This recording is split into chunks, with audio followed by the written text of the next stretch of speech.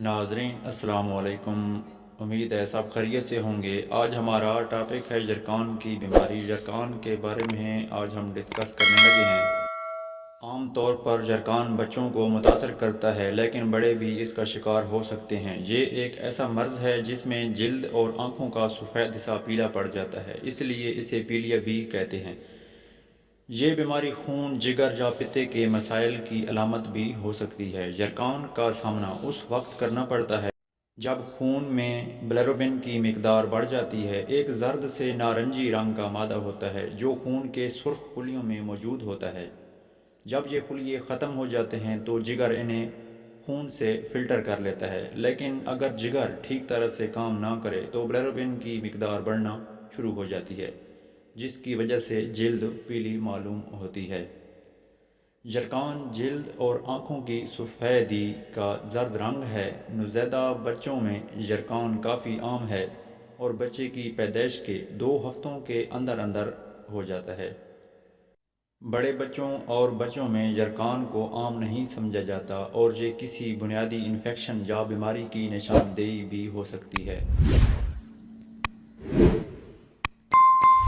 جرکان کی کچھ علامات جن کا خیال رکھنا بہت ضروری ہے وہ یہ ہیں: پیلی جلد اور پیلی آنکھیں، گہرے رنگ کا پیشاب، پیلا یا مٹی کے رنگ کا پاخانہ، الٹی اور متلی، بھوک میں کمی، پیٹ میں ہر وقت درد کا رہنا، غیر معمولی وزن میں کمی بھی اس کا اشارہ ہو سکتی ہے، پٹھوں اور مشترکہ جسم کا درد، تیز بخار، سردی لگنا وغیرہ اس کی علامات میں شامل ہو سکتی ہیں۔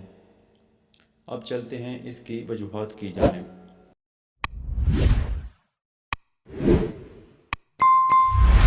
پتے کے فعل میں خرابی کے باعث یہ مرض لاحق ہوتا ہے۔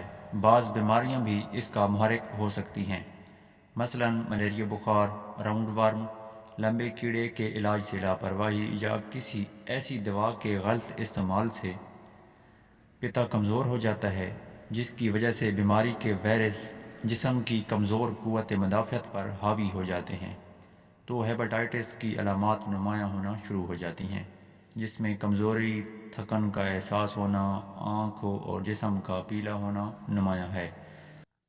پینسلین نامی اینٹی بائیوٹکس، حمل روکنے کی دوائیں اور اسٹیرائڈ کا استعمال جگر کو متاثر کر سکتا ہے، جس سے جگر کے خطرات بڑھ جاتے ہیں۔ پت نالی میں رکاوٹ، یہ تنگ نالی ہوتی ہے جس میں سیال پت دوڑتا ہے۔ یہ نالی سیال کو جگر اور پتے سے چھوٹی آنت تک پہنچاتی ہے۔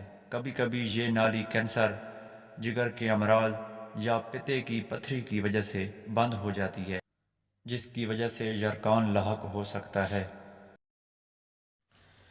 جگر کا کینسر اس وقت لاحق ہوتا ہے جب جگر کے سیلز کینسر زدہ بن جاتے ہیں اور بہت زیادہ مقدار میں بننا شروع ہو جاتے ہیں۔ جگر کے کینسر کی وجہ سے بھی جرکان لاحق ہو سکتا ہے۔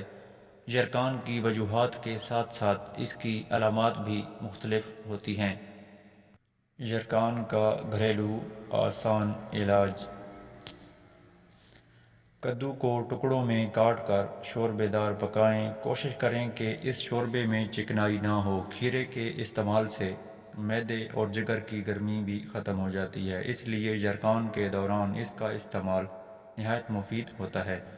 تھوڑی سی ادرک، پودینہ کی 10 پتیاں اور سونف ایک چائے کا چمچ ایک کپ پانی میں شامل کر کے کہوہ بنا لیں اور دن میں 3 سے 4 مرتبہ استعمال کریں۔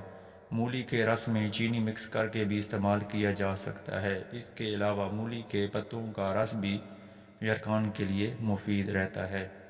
اس مرض میں مبتلا مریضوں کے لیے گاجر کا مربہ بہت مفید ثابت ہوتا ہے۔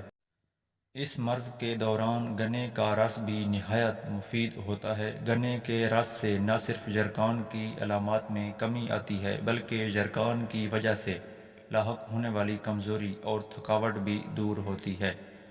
عام طور پر جرکان کی علامات ان گھریلو علاج کی مدد سے ختم ہو جاتی ہیں، لیکن اگر آپ فرق محسوس نہ کریں تو اپنے ڈاکٹر کو ضرور چیک اپ کرائیں۔